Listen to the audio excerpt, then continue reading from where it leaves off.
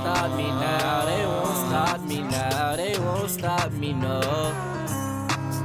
They won't stop me now, they won't stop me now, they won't stop me, no.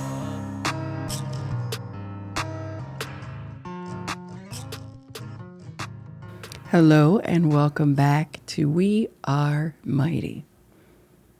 Why we are mighty? Because my son Miles, aka Mighty, he was taken from us way too soon at the young age of 24 as a result of gun violence. And we will always remember him. And just as mighty as he was, we can all be mighty. The show is just my journey as a grieving mother, which will be my identity for the rest of my life, and how I'm dealing with life and learning how to move on without a piece of me. Something that's not always easy. So how have y'all been? How's the last couple of weeks been? I know the 4th of July holiday came in that time that we've been apart. I hope you all had a safe and happy holiday. If y'all remember, 4th of July is not necessarily a holiday that I celebrate, if you will, just because of things that happened with the loss of Miles. I lost Miles July of 2023. And if you go back to my episode from July 4th of last year, 2024, I talk about how there was kind of a foreshadowing or forewarning when we were downtown waiting for the fireworks. And so the 4th of July is very difficult for me. And so I didn't do a whole lot. I kind of stayed at home the whole day. And that's funny because, the last episode, Fear Factor, we talked about the fears and the paranoia that I've been dealing with since losing my son. And I've been trying, for a while to deal with that. And the advice that I've been given from everybody since that episode has been, well, do it afraid. You got to do it afraid in order to get over it. And I agreed with that to a certain extent. And so I had been kind of pumping myself up. I'm going to start facing these fears and doing some of these things afraid. But then the 4th of July rolled around. And like I said, that day just for me isn't the best. And so I didn't really want to do anything. I didn't want to go to the fireworks. I didn't want to go to the parade. My husband wanted to go to the parade because we used to always either ride with the motorcycles or we'd ride with the Jeeps. And he wanted to ride the bike this year. And it wasn't that I didn't want to get on the bike, because I wanted to take a motorcycle ride. I love to ride with my husband, of course. But I just wasn't feeling the parade. But I didn't want to be a downer of what he wanted to do. So I told him, if you want to go ahead. I'll stay home. And I'll just come home when you're done and we'll figure out what we're going to do for the rest of the day. And he kind of waited around for a little bit and then decided to go ahead and go, which I wasn't mad about, but I was like, why wait till the last minute? You knew you wanted to do it. So anyway, he went ahead and left on the motorcycle for the parade. Now, of course, that paranoia again. I always worry, as long as he's not speeding and nothing happens, he'll be fine. The motorcycle portion of the parade maybe takes 15, 20 minutes. And then he's going to be home. He wasn't even staying for the whole parade. So, I'm trying to fight the paranoia and fight the fear. And he was gone for about 30 minutes or so. And I hear him pull back up. Of course, sigh of relief. Okay, he's home. But I was thinking to myself, that was kind of quick. Anyway, he's done. And so when he gets home, comes to the door, decide to be a smart aleck. Are you happy now? But the look on his face, something was off. And he said, why would you ask me that? I said, well, you wanted to be at the parade. You got to go do it. I was just joking. Well, what's going on? And he said he did make it to the parade. Well, why not?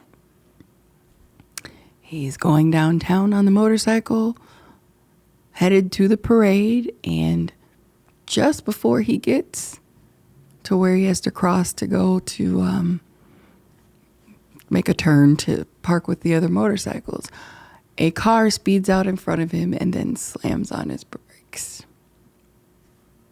Slams on his brakes to where my husband had to swerve to miss the car. There was a car next to him. Luckily, that car kind of stopped short so that he could get around. But that could have been another motorcycle accident. As a reminder, we lost Miles July of 2023. My husband had a motorcycle accident August of 2023. Almost had another one 4th of July of this year. So now,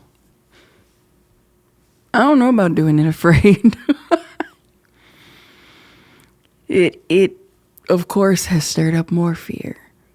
And my husband's a very responsible rider. He was like, if I'm doing a wheelie, something's wrong. He doesn't ride in that way. He just loves riding on two wheels, which I'm the same way. And, luckily remembered everything from our safety classes and was able to swerve around this car, but I've never seen him so frazzled. And if he's frazzled, what do you think that does for me? So now, at least the motorcycle part, I'm not sure if I can do it afraid at this point, because he's even saying that he may be done riding motorcycles, and he's ridden motorcycles for as long as I can remember. And it's not us, us as riders. We try to be defensive. A lot of times when there's an accident or an issue, it's not the motorcycle rider's fault. Now, there are people who ride recklessly, who speed and do dangerous stuff. I'm not saying that doesn't happen. But there are a lot of times when there's accidents, it's not necessarily the motorcycle rider's fault. Especially nowadays when people just do not seem to respect the riders or respect the space of, allowing them just as much space as you do a car. That's what I learned. And so, yeah, I'm afraid again when it comes to that. But I'm working on it. I don't know how that one's going to go. But, like I said, with everything, I've still been told you're going to have to do it afraid. Some of these things you're just going to have to face head on in order to get over those fears, in order to get past the paranoia. And I do remember a pastor of mine who always said, do it afraid. And I've watched him build an empire, if you will, by doing things afraid. So I know that there can be some benefit to it. Just right now, that situation and happening on the 4th of July, that was a setback. So I need y'all to pray for me. Pray that I don't let the fear and paranoia of everything take over. The motorcycle right now is parked. And we may, get on it again. I'm sure we will. But it's going to take a little bit of encouragement. Now, my husband, of course, snaps back much faster than I. So he'll probably be ready to ride again next week. But for me, I don't know, because that's the fear. So for that fear that I've been having in my head to almost come true again, yeah, we're starting over again with that vicious cycle, the paranoia, the insanity. But enough about that. Again, I hope you guys were safe for your holiday. I hope you didn't have any fears that arose for you.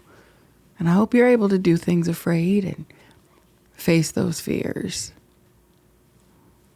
For the most part, I think I'm doing okay with facing certain things because there's events that happen in the area of my son's death, and I try to inch my way to be able to participate, but it takes a lot. Literally, it's almost a panic attack that happens when I'm in that vicinity. But I think I'm doing a little better. A little bit at a time. We'll see. I said I was going to do a part 2 of the fear factor episode. And the part 2 was to be do it afraid. And I was gung-ho about do it afraid. Face those fears. Let's go. We're not going to let them overtake us. And then the 4th of July happened. And yeah, I don't know what it is about that day. You know, as previously discussed on that last year's 4th of July episode, you know, being downtown and my attention being brought to a specific building, and 12 days later my son was killed on the rooftop of that building. The 4th of July is actually more of a trigger for me than the date that my son actually was taken from me, which is crazy. But that's one of those things about triggers. You never know what will be a trigger, how much of a trigger it is for you. I could tell the week of the 4th of July, I was just so irritable. And it just so happened we had court on July 1st, another status hearing. So it just wasn't a good week for me. And I had to get to the point where I stopped myself, because I was literally just telling people, look, this week isn't good for me. The 4th of July is not a celebratory day, so just basically leave me alone. And I got tired of explaining why it wasn't a good day for me. So much so that I actually made a post on social media explaining what happened 4th of July 2023. So now it's out there, and hopefully people will understand why I'm not having a good week. But I had to realize it's not these people's fault. You can't take it out on everybody else because this isn't a good week for you. And that's where the mental health advocacy comes in. And I realize, okay, you've got to advocate for yourself. You're going to have to turn this around on your own. Even though the holiday triggers you, you still got to go through your day. You still got to go through your week. You still got to live. And so I tried to turn it around as much as I could that week. You know, when it came to that day, I kind of just sat around the house most of the day. Did some light cleaning, but I just wasn't motivated to do anything. And that happens because it's a trigger. Not saying 4th of July has to be your trigger, but with any trigger, it can happen. It can be a setback, but you have to figure out a way to reset. I even sat outside with my husband that night. I'm not sure if that was a good idea because it literally sounded like a war zone in our town. Like, it was ridiculous. And I sat for as long as I could, but then there was just some that just didn't sound like fireworks to me. And my husband could tell that I was trying to force myself. And he said, listen, if it's too overwhelming for you, we can go in the house. And of course me, I'm doing it afraid. I lasted maybe 15 minutes. And I just couldn't take the sounds because, like I said, it didn't all sound like fireworks. And there was one that was close by that literally just sounded like somebody was repeatedly shooting a gun. And I was like, okay. At that point, tears were literally falling out of my eyes. And so my husband forced me to go into the house because I was trying to be a big girl. I was trying to tough it out. I don't know why, because he didn't say, hey, come outside. I did it on my own. And but I think at least that little bit, I toughed it out for that little bit. Because last year I just couldn't do it. I stayed in the house and yeah, I wasn't even making an attempt. So it's baby steps, you know? So as far as doing it afraid, I guess that's what I did. And up until I was literally crying, trying to stick it out. But it's a step forward. And my son called me and said, I think the Monday after the holiday, you know, Mom, I haven't really been into this holiday for a couple of years either, but this year I got to spend time with family and it meant so much to me. So this year his cousin happened to come up from California. So people he hadn't seen in a long time, he got to spend time with because even before Miles' death, he was a truck driver, so he wasn't necessarily home for this holiday. And so he was just so happy to have been able to spend time with his dad's side of the family and have fun, and, you know, just hang out with people. He got to see his grandmother. And I was happy for him that he got to enjoy himself. And that meant a lot to me. I know that it was hard for him just because it was hard for me. And I don't want to project my feelings or project my issues onto anyone else.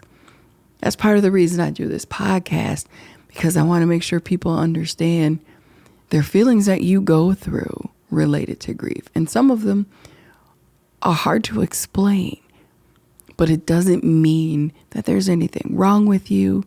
And it doesn't mean that someone else who's dealing with grief will feel the same way, but that's okay. And the worst thing that you can do as someone who's grieving is make someone else who's also grieving feel bad for not grieving the way that you do.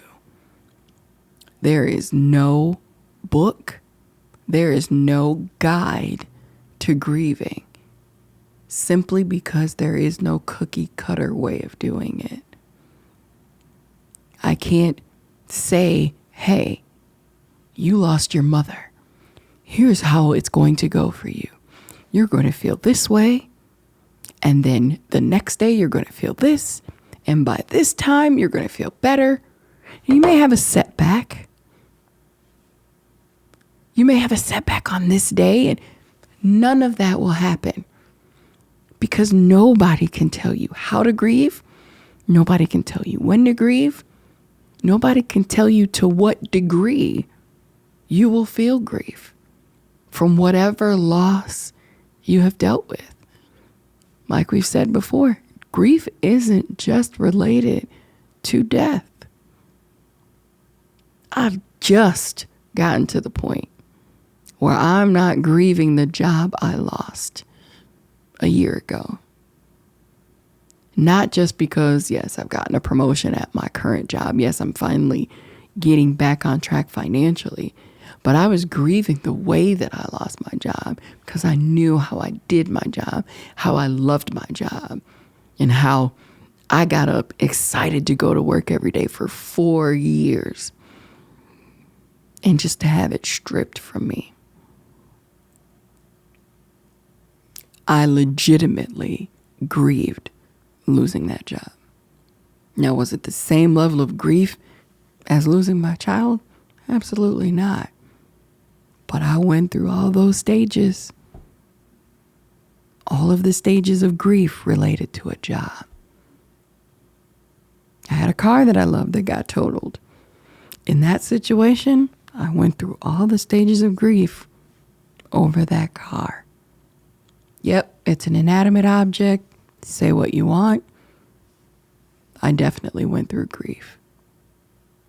So there's things that you may not even understand that you're grieving, and it's okay. You have to deal with it.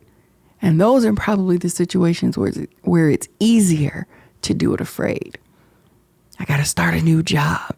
I hope this goes well. I hope I impress them. I hope I get to the point where I'll be promoted and I'll become, in a high up position. But I've got to do it afraid. I got to step out on faith. Even the interview process, doing it afraid. Some of the most cocky people, some of the people who are so confident in their abilities, even going to a job interview, they do it afraid. I know what I'm capable of, but in this day and age, some of it can be the slightest thing that can stop you from getting a job that you're qualified for. They didn't like the way you laughed at something that was funny, but your laugh was weird. Yeah, I don't know if we could be around that person all day. Because if we make them laugh, it's going to be a crazy day. Something that minute can change everything. Change the whole trajectory of things. Do it afraid. I'm just realizing there's so many things in life where we're dealing with grief, where we're dealing with fear, where we're dealing with paranoia. It's just heightened when you're a grieving mother or a grieving loved one or a grieving employee. When you have those things, that grief in the back of your mind, it makes the fear and anxiety that a normal person would feel multiply. And so it's a little bit harder to do it afraid. It's a little bit harder to move forward. But at some point, you realize you have to. I'm not going to have that motorcycle sitting in my garage and not get on it at some point. I was gung-ho about getting on it on the 4th of July. That has changed. But I know it'll change again. And part of it is because I know how Miles would have been. Ma, it's just a setback. Setback, a setup for a comeback. We're going to be all right.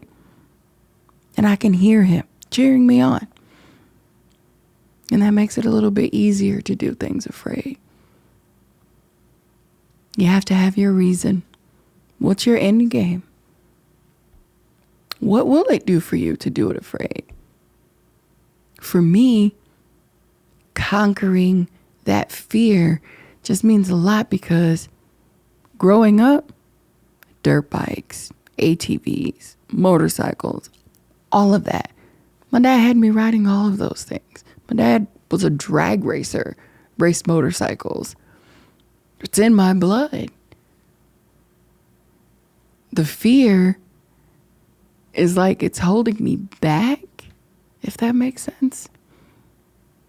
And so I have to get past it. I was in a whole motorcycle club. And now I don't even want to get on my bike. It's crazy.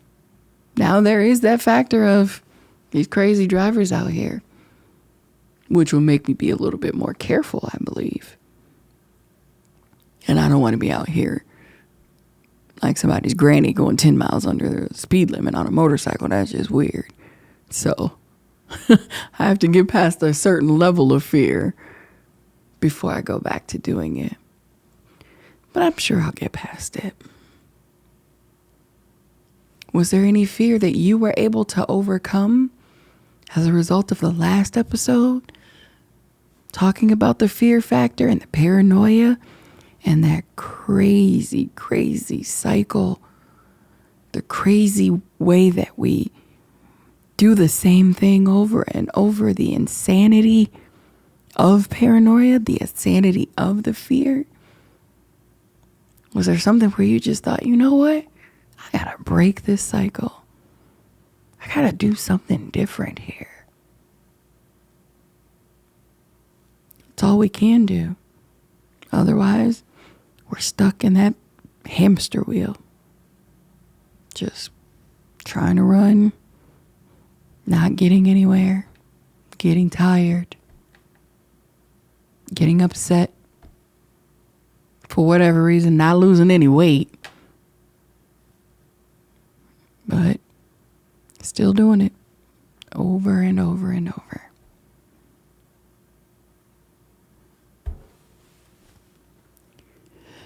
Yeah, I can't say, yep, I'm over it now. I thought I had a moment, but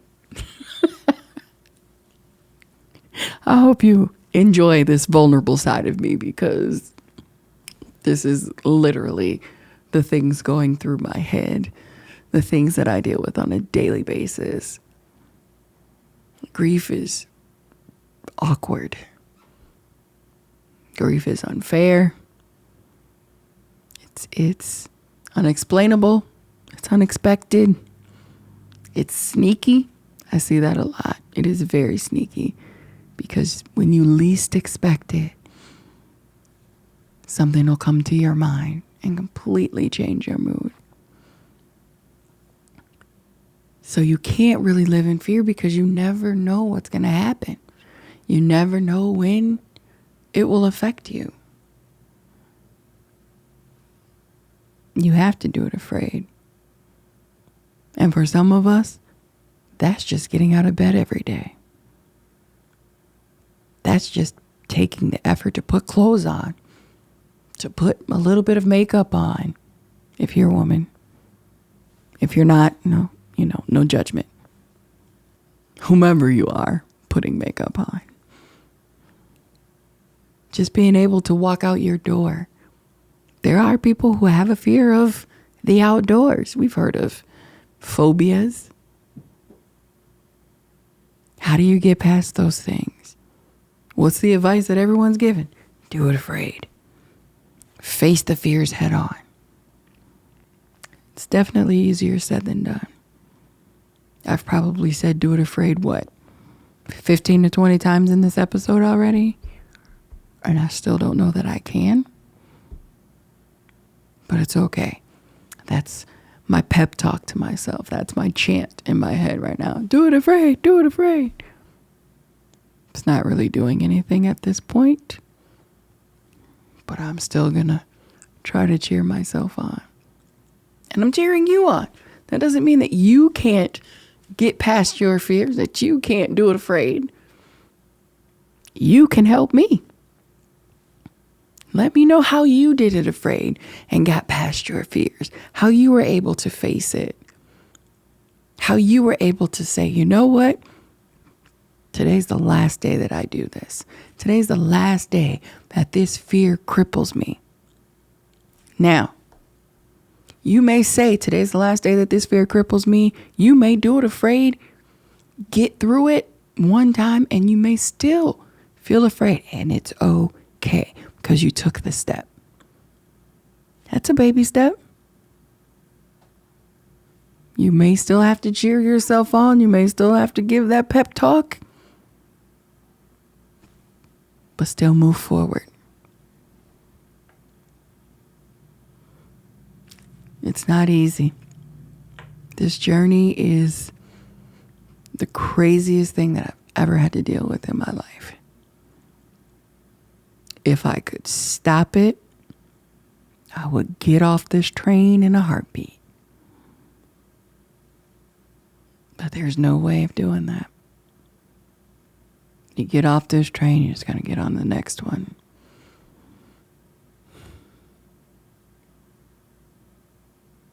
You just got to face it.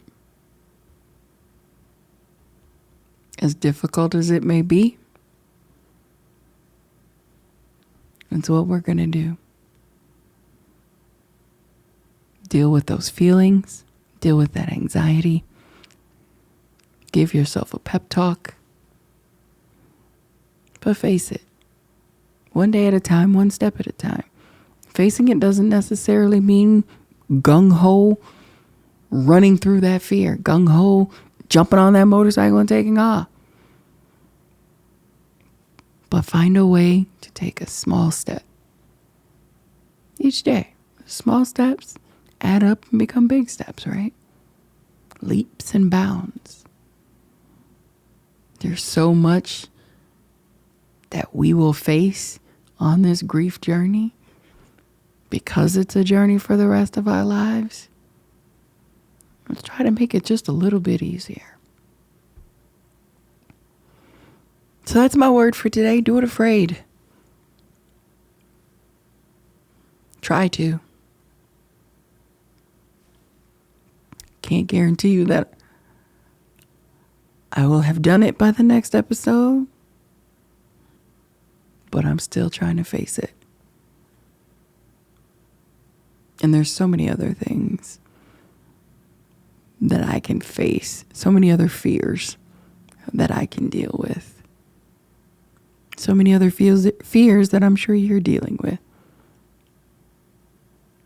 It's just that I just so happened to mention my motorcycle the last episode, and lo and behold, the craziest situation happens. And there's nothing I can do about it. It's the inevitable, you know? That's another thing that brings us back to that fear cycle. But I'm not going to let it control me. I'm not going to let it take over my life. And I encourage you to be the same. I'm here for you. We're here every other Friday. Everywhere you listen to podcasts, you can watch us on Spotify and YouTube. Do it afraid. In everything you do, be true to yourself. Be strong and be mighty. We'll see you next time. They won't stop me now, they won't stop me now, they won't stop me, no. They won't stop me now, they won't stop me now, they won't stop me, no.